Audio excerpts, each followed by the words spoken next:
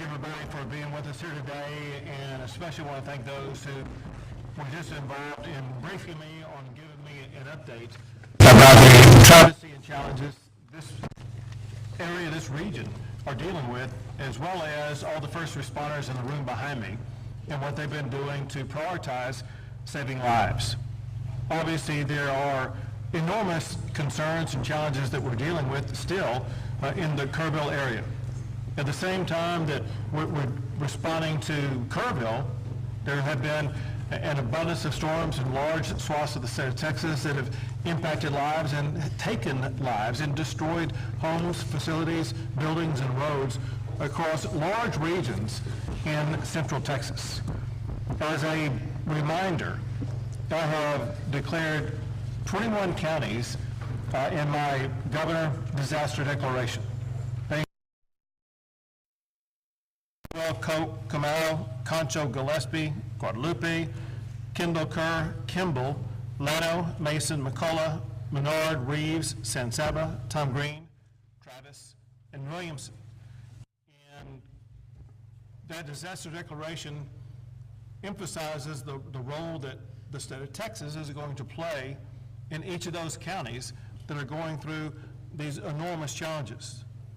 On top of that, I have to tell you new news, and that is because of weather that is going to be taking place today and overnight and maybe tomorrow, there are additional communities that need to be aware they're going to be facing challenges of their own. They include areas surrounding the communities of Uvalde, Del Rio,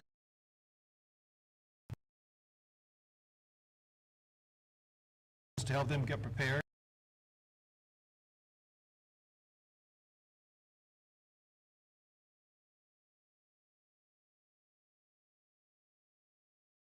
In Kerr County, job number one is always saving lives, protecting lives, and finding those who have lost their lives.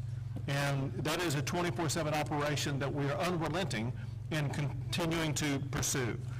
That includes, especially if you look at the areas in either in Williamson or Travis County or counties nearby. If you saw the rushing waters over the past 24 hours, you know that there were an extraordinary number of people who had to be rescued. Dozens of people were rescued because of our extraordinary first responder teams, and I want to thank the game wardens who really stepped up and done a great job, National Guard, Texas Department of Public Safety, local firefighters and local first responders, as well as Texas Task Force 1 and Texas Task Force 2 and others who are truly saving lives. Many Texans' lives have been endangered. Most of those lives have been rescued by our first responders here in the state of Texas. I have to report the latest numbers of what we see both in the state, and I'll talk about the local counties where we are, as it concerns Texans who were lost, as well as those who are missing. Statewide, there's a total of 131 fatalities to be reported. Breaking that down in current and nearby counties, in Travis County, 9 people have lost their lives, there are 3 missing. In Burnett County, 5 have lost their lives, and there's 1 missing. In Williamson County, there are 3 who lost their lives, and no one is missing at this time. The stories about those who've been swept away is gut-wrenching and heartbreaking, and the kind of thing that spurs us to do even more to make sure that we're going to be searching and finding everybody that we can, as well as spurring the response that both the state and local governments, as well as the federal government, will have to make sure that we fully address the challenges that Texans have faced over the past week or so. In addition to the lives of our fellow Texans, there are homes that have been destroyed, people who don't have a place to stay. The state is working with local officials to address those needs. There's also infrastructure around those people that make living where they are or accessing their home either difficult or impossible. I visited one today. I visited the Big Sandy Creek Bridge and was astonished at what I saw. If you haven't seen it, it's a 2-lane road and has two yellow lines in the middle of it to divide one roadway from the other from going in opposite directions. And the center part of the bridge was literally moved about a half a foot in one direction, which shows the power of the water that was pushing through there, but also the reason why the bridge right now is impassable. I want to thank Travis County for stepping up and completing, I think it was overnight, a temporary bridgeway that people can use to now access that area that had been literally an island for several days. But also their commitment to work very aggressively to get that bridge repaired and will be usable on the permanent sense of the matter. We also know that there are other infrastructure challenges such as the RM 1431 at Cow Creek. And I visited with the Texas Department of Transportation, and they'll be talking to you shortly, but listen, they're going to be moving at lightning speed to make sure that that bridge is going to be operational again. They're in the preparation stage right now with regard to removing all the debris, so they will be able to begin the construction progress quickly. They're in the process of accepting bids, and I think, and it'll be announced here shortly, but announcing who is going to be getting those bids in order to begin the construction process and get that done quickly. We know that the people who face challenges because of that bridge closure have those needs that must be met. And Texas is ready to step up and address those needs. Let me just add this. All of America has their eyes on what's going on in Texas. And Americans are praying, caring for, and helping our state so much. It's just unbelievable. But quite literally, half of the states of the United States are providing resources to help Texans either deal with those who are missing, help rebuild, whatever the need is. And I want to read off the states, the 25 states that are assisting Texas right now: Alabama, Arizona, Arkansas, California, Connecticut, Florida, Illinois, Indiana, Kansas, Louisiana, Maine, Michigan, Minnesota, Nebraska, New Jersey, New York, North Carolina, North Dakota, Ohio, Oklahoma, Oregon, South Carolina, Tennessee, Virginia, and Wisconsin. You can see one thing that's quite obvious, and that is, it doesn't matter if they're a red state or a blue state. They are fellow Americans, and when times get tough, Americans come together. That is even more true as it concerns Texans. This has been an extraordinarily challenging time, if not the most extraordinarily challenging time that Texans have faced. And in typical Texas fashion, Texans have united, come together. And as I was visiting the Big Sandy Creek Bridge area, there was a young man who lived in what had been a marooned area. And he said, you know, at times like this, we are community, and everybody comes together and supports each other. And that's exactly what I see across the entire state.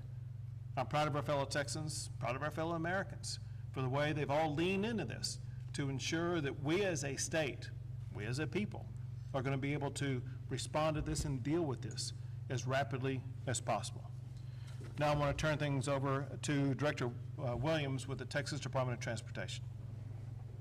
Thank you, Governor. As you mentioned, our efforts here in the Central Texas area now are primarily focused on the rebuilding of the bridge at Cow Creek at RM 1431. Throughout this event, for the past few weeks, we've been supporting the efforts to repair and replace roads that have been damaged in Williamson and Travis County, Burnett counties. The one remaining section that we're focused on is the bridge at Cow Creek.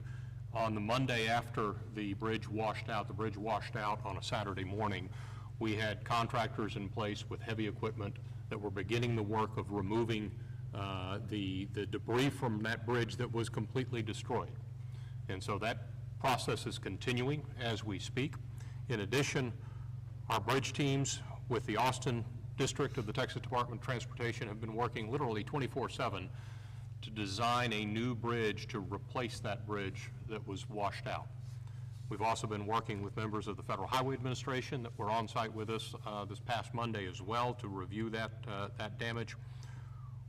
We've released those bids to contractors now that we have a complete design in hand. We expect to have bids back from those contractors on Wednesday of this week. And then after we award that contract, we will begin the process of transitioning from the debris removal contract that is still out there with a lot of heavy equipment today to the construction work on the new bridge. We're targeting a 60-day construction period with some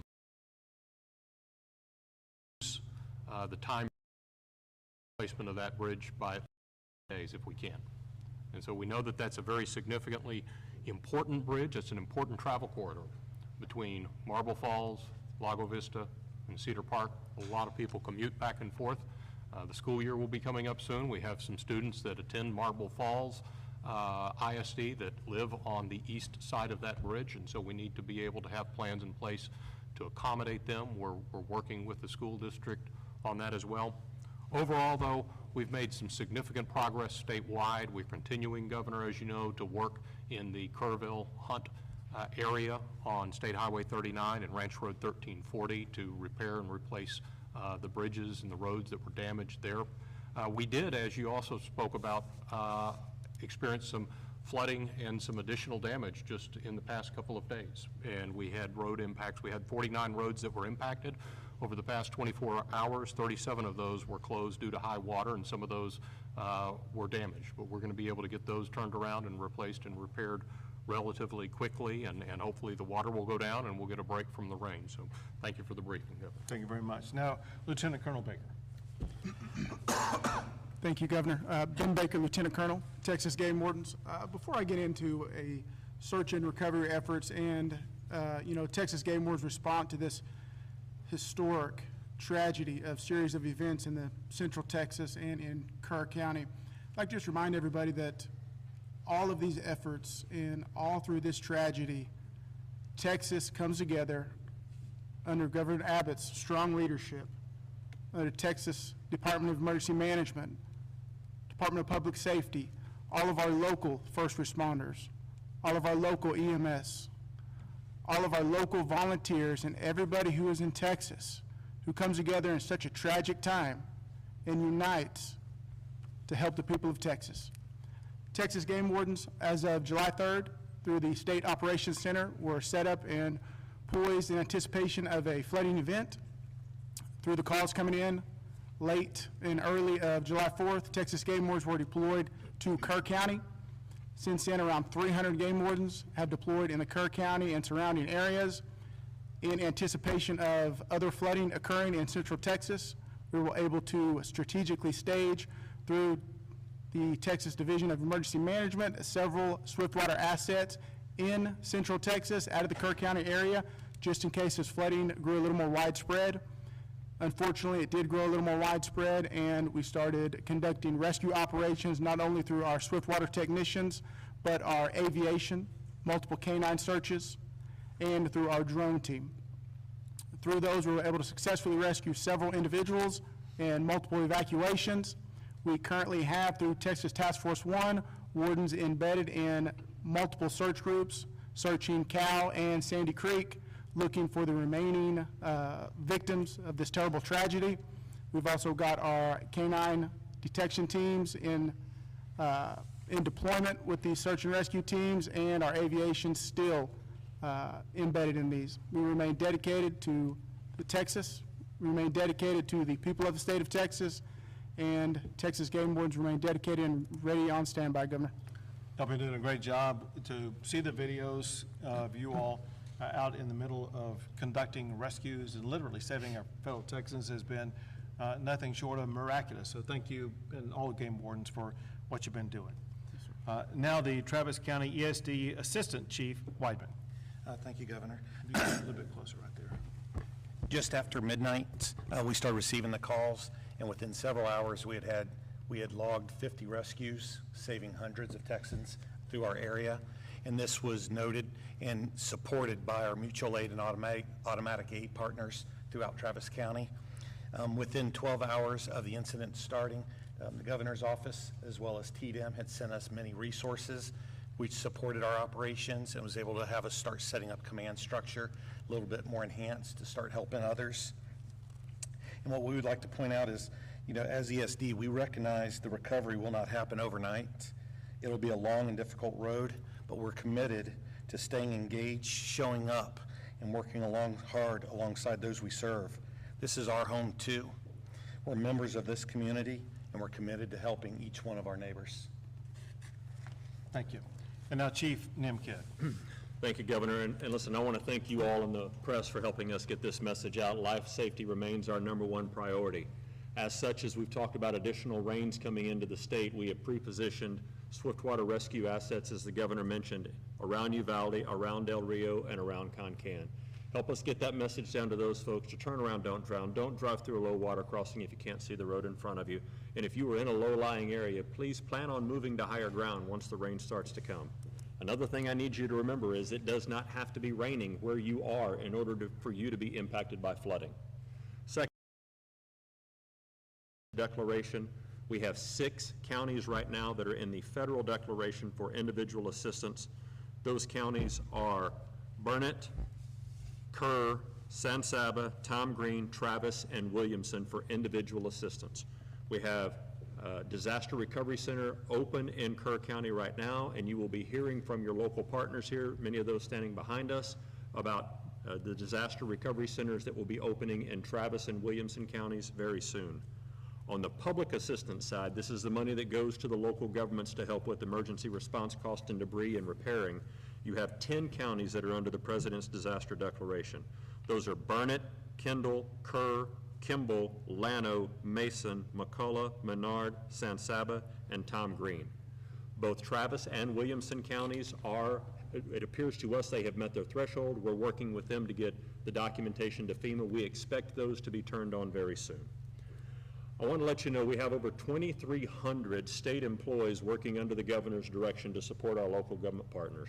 But a number that continues to blow me away is the over 13,000 volunteers just coming out to help anywhere they can. We are grateful for the volunteers, but I need help getting the message to the volunteers also. In each of these communities, we will be establishing volunteer reception centers. The idea is for you volunteers to go to those sites so that we can match up your capabilities and skills with the needs of the community. We also want to be able to communicate with you. Up in Kerr County on the Guadalupe River, we've had a tactical pause for a day and a half now because of the rain and the waters that are coming down that river. We cannot afford to have people in the water and right next to the water that are not swiftwater rescue trained and capable of at least saving themselves from being near that water because of the amount of rainfall that we're getting. Please help us communicate with the volunteers. Thank a volunteer that's out there. If you see them helping, do everything you can to make sure they understand the message, and we will continue to work together to support our partners. And finally, Governor, to your point, 25 other states, not counting ours, focused on this. It has been a tremendous response from the nation. Thank you. Thank you. One thing that Chief Kidd mentioned that is worth reemphasizing, and that is those who lose their life by driving into water. Those who lost their lives at Camp Mystic those stories have been told a lot, and it's tragic and horrendous. Less told are those who have lost their lives because they chose to drive into water and got swept away. The power of water sweeping a vehicle away is far more extreme than what most people know. As waters rise over the coming days, could be in the Uvalde area, wherever it may be, people should drive with caution, knowing that you are totally in control of protecting your life and saving your life by not putting it into danger in the first place. We'll take a few questions. Governor, for those that are still missing, could you give us some insight into how long it can take from when one victim is found to when they identify, family notified, to how long it might take the state then to update the number of those missing? Sure. First, I will tell you this, because I did not share this with you earlier. I didn't mention those who were missing in the greater Kerrville area, which is 97 reported as of now. Let me first tell you an issue about those who are missing, then I'm going to answer your question. So everybody who is at a camp, everybody who they've been identified. Those who are missing on this list, most of them, because there was no record of them logging in anywhere. And it was through information provided by a friend, a family member, coworker, whatever the case may be, that they haven't been found. Even though we are reporting 97 people missing, there's no certainty that all 97 of those people were swept away by the storm. That point aside, to more specifically answer your question, and that is, the goal obviously is to continue to find those who are alive. For those who have passed away, it's so important to closure for their families, that we find them and identify them. Sometimes it does require using DNA testing to identify who they are and identify who their family is, to make sure that we connect appropriately, correctly, the family member with the person who lost their lives. And sometimes that takes a few days to complete that process. Governor, given, understandably so, that Kerr County, the damage that they sustained, they received a lot of attention, especially federal assistance. But what about here in Travis County? They were added late kind of to that declaration. What was that process like to try to get them added to be able to receive federal assistance? Sure. So it is truly a mathematical construct that Chief Kidd has mastered. I'm going to have him answer that question in general, but also for Travis County. Yep. So great question, and thank you for that. Two parts to it. One is the governor's declaration. There was no delay in getting these counties on the governor's declaration once we knew that they were in the target area. That's part one. Part two is the individual assistance for both of these counties, which is the money that goes and is made available to homeowners and renters, is already turned on in these counties as well. What we're working through right now is the public assistance, and that is a mathematical equation, as the governor said, based on the population of a county and the amount of damage that FEMA can certify in that county. The less populated counties have a much smaller threshold, $500,000, $600,000, versus millions of dollars for these two populated counties. I am confident both counties have met their threshold, and I would bet by today or tomorrow we get answers back on these counties. I also want to say that does not delay any of the work that's going on. Waiting for those federal declarations to come in does not slow down rescue, does not slow down search, does not slow down additional law enforcement or additional fire protection or emergency medical services, nor has it been slowing down the debris removal, getting roads and driveways opened up. So don't mix the declaration with the response, please. Thank you for the question.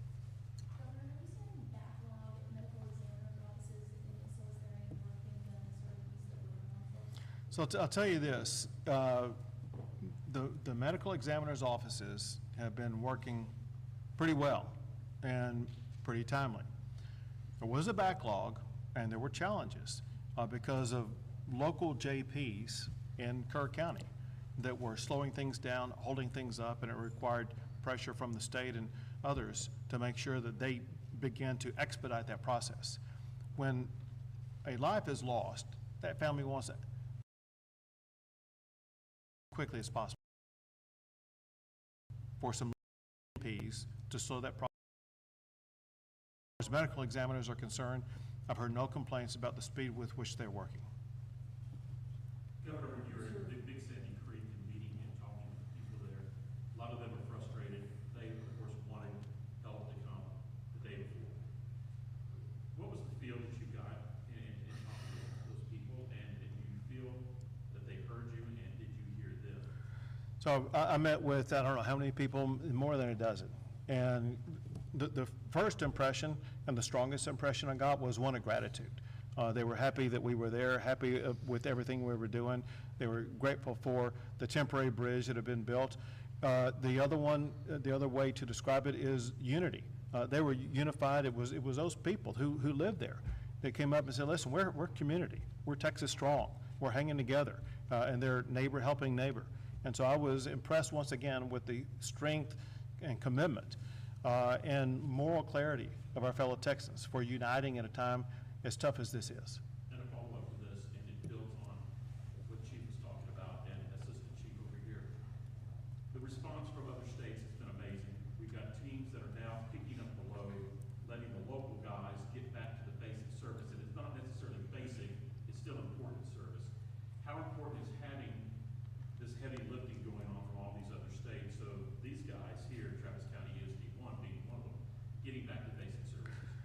everything all these other states is doing is extremely important.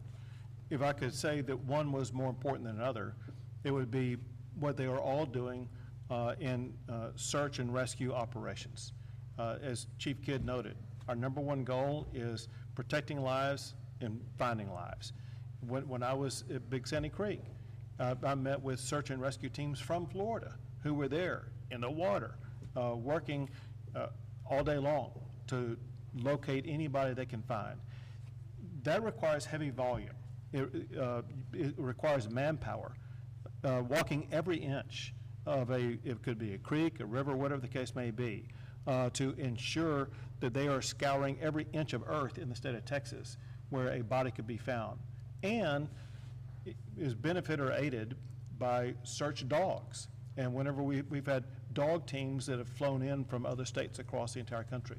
And so the response that we've been able to provide, especially as it concerns search and rescue operations, has been magnified many times over because of these teams who have stepped in from other states and given us the extra manpower as well as other resources to make sure we're better capable and quicker at taking on that task. Governor, do you have the current number of how many are missing in Kerr County? It was reported earlier that it was around 160 people, and you said that 97 were missing in the greater Kerrville area. Do you have the current number in regards to how many are missing in So, Kerr County? yeah, I'm going to give you the number. So the number I read to you, it was given to me by Chief Nim Kidd, and he was on a phone before we came in here, and I'll let him explain this number. Yep, thank you. So the number that we got from the Texas Department of Public Safety is 97 missing from the Guadalupe River flooding. That does not count the numbers that the governor read to you from the 3 counties that were here earlier. I think that'll put the total statewide at about 101 total, if I have that right. What he means by Guadalupe River, most of those are in Kerr County. I think there has been some in Kendall County. Yes. Governor, you serve on President Trump's FEMA Review Council. How has this experience shaped your views on the future of FEMA, should it be phased out? So one thing I think most, let's say governors, most state officials, as well as the federal government could agree upon, and that is we needed improvements in FEMA. And it needed to be what I call right-sized so that it would be more nimble, quicker in the response, but also understanding that it's the locals who know what is best in responding to a disaster. And local is defined by these local communities, whether it be Leander or Travis County or Williamson County, whatever the case may be. They're the ones on the ground, and they know their communities far better than anybody else, and they know how to respond to their communities.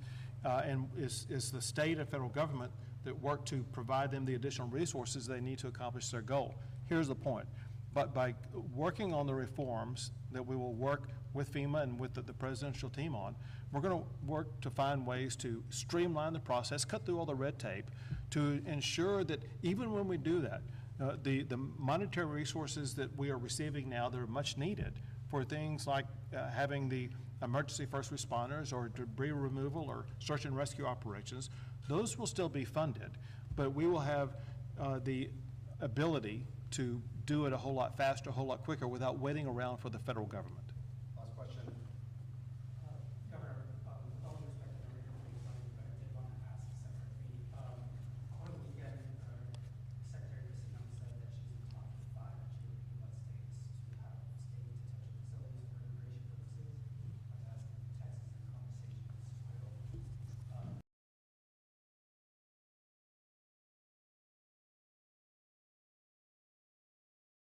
will with her. That Texas has offered detention facilities. I've signed what's called a 287G law that was passed in the session that requires local jails to work with Homeland Security. Listen, we want to do everything we can to make sure that those who are here legally are allowed to remain legally. Those who are here illegally, they'll be turned over to ICE.